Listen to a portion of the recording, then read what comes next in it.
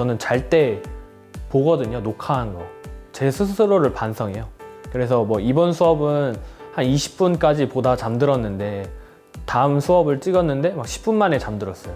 얘기를 해요. 그 다음 컨텐츠 찍을 때 선생님도 10분 만에 보다 잠들었다. 그래서 선생님 더 노력할 거다. 이런 식으로 저도 반성하게 되고.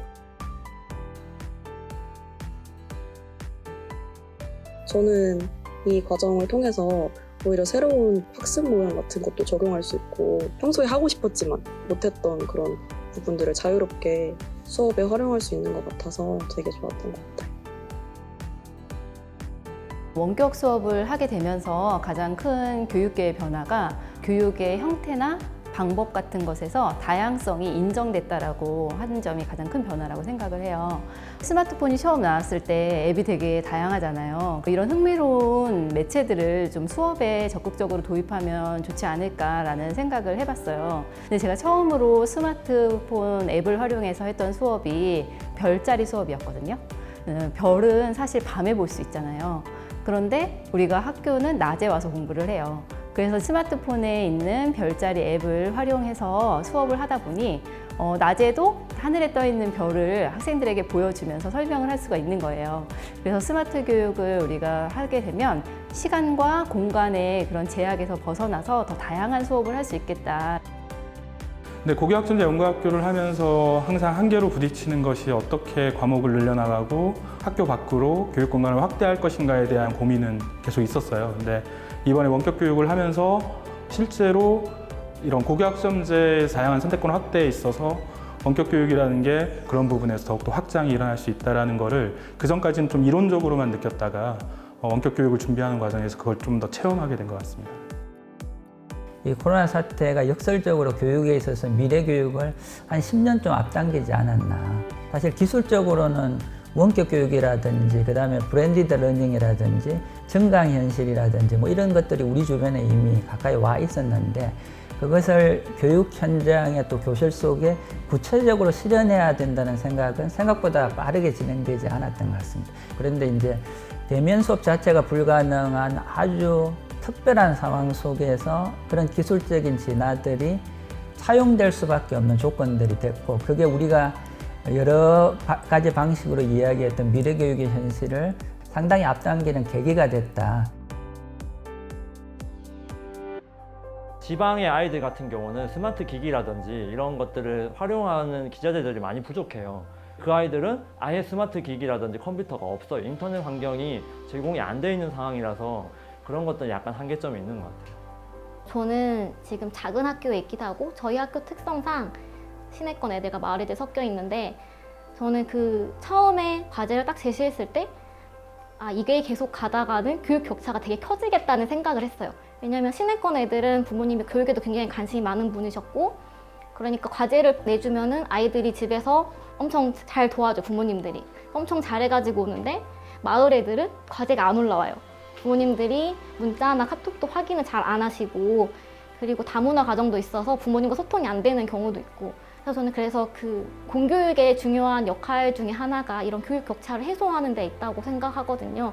그래서 이게 자료를 제시하는 게 끝난 게 아니라 그냥 지식을 전달하는 게 끝이 아니라 아이들을 학습 환경으로 이끌고 학교에 처음 입학을 하면은 뭐 자리에 바르게 앉는 법, 연필을 바르게 잡는 것부터 공부를 하잖아요. 온라인 교육도 스마트 기기를 잘 올바르게 사용하는 법부터 해서 그런 기초 기능들을 가르쳐 주면은 충분히 온라인 학습으로도 가능하다고 생각해요. 원격 수업이라는 게 학교에서처럼 학생들이 이제 동일한 조건에 다 모여서 수업을 받는 게 아니잖아요. 그리고 이제 원격 수업은 학습자의 자기주도적인 역량이 매우 중요한데 담임선생님 전화를 받지도 않는 학생들, 그다음에 가정에 아무도 돌봐줄 그런 어른들이 없는 취약계층에 있는 이런 학생들에 대한 대비책도 필요하고요.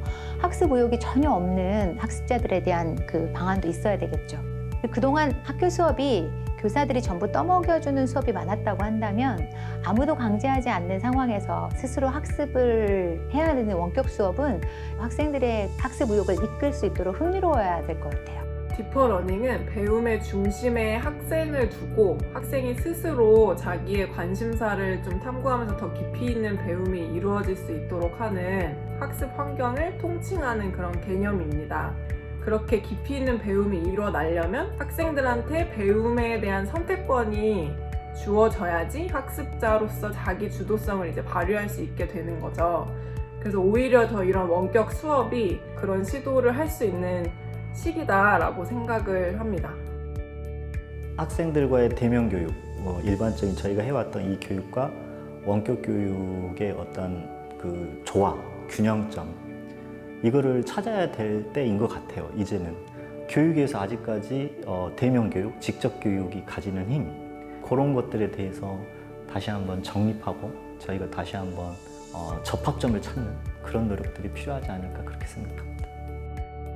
콘텐츠 보급이나 개발에 대해서 제가 확인할 수 있는 플랫폼에 대해서 먼저 조금 말씀을 드려야 될 것 같아요. 지금도 하루에 몇십 개씩 콘텐츠들이 국어별로, 수학별로, 과목별로 직접 만드신 콘텐츠들을 지금 개발하시고 직접 동영상 촬영하시고 올려주고 계시거든요. 근데 이제 제가 봤을 때 조금은 산재되어 있다라는 생각을 합니다. 콘텐츠 개발의 문제라기보다는 어떤 보급의 측면인 거죠. 그래서 어떤 취합이나 취사를 할 때 정리가 조금 되어 있지 않고 난 무슨 콘텐츠를 활용해야 되지? 뭘 취사해야 되지? 한번 멈칫하는 순간들이 있는 것 같아요.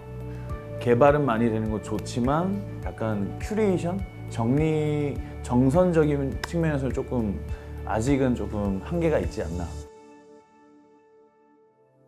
제 생각에는 우리나라가 전 세계 어디보다 빠르고 놀랍게 원격 교육을 준비했다고 생각이 됩니다.